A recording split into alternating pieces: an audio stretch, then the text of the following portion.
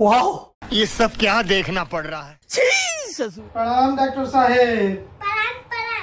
Doctor भी आई बारू तब घूम का टमले बारू घूम उठाओ और बताओ कि तहरा का दिक्कत बा।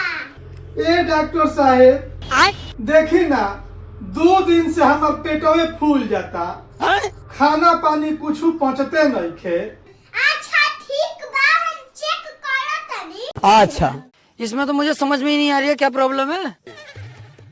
बीमारी तो बात तहरा का भइल बा ए डॉक्टर साहेब हमारा? पहले ही बताओ, तहरा घर में तहर सास बारी? हाँ ए डॉक्टर साहेब, सास तो बाड़ी। अपना सास से तू का दिन से झगड़ा नहीं खू कइले? ए डॉक्टर साहेब 2 दिन हो गइल झगड़ा कइला। हाँ देखो ता पकड़ा गइलू बीमारी। कैसन बीमारी डॉक्टर साहेब? तू ही बताओ, 2 दिन पहले तहर खाना पचत रहे नु? हाँ ए डॉक्टर साहेब 2 दिन पहले तो हमार खाना खूब पहुँचत रहे। 2 दिन पहले तू अपने सास से झगड़ा करत रहू नु? हाँ ए डॉक्टर साहेब 2 दिन पहलवा तो हम रोज अपना ससुर से लड़त निहा। वाह, 2 दिन से खाली बंद कइले बानी।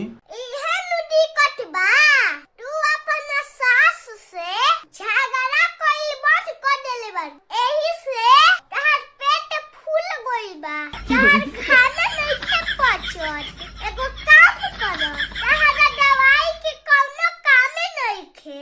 तू रोज अपना सास के संगे झगड़ा कर, कहियो कहियो झोटा झोटी कर।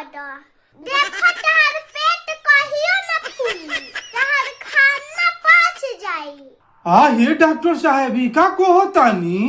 2 दिन से हम अपना ससुर से नइखे लड़त, यही से हमार पेटवा फूलल बा। ठीके कहतानी का रौरा? हाँ अभी खाता बुझ गइलू। जा खूब अपना सास से झगड़ा कर, कहियो तहर पेट न फूली, तार सब खाना पच जाई। 2 दिन से झगड़ा नहीं खू कइले, एही से तहर पेट फूलल बा। ये सब क्या देखना पड़ रहा है।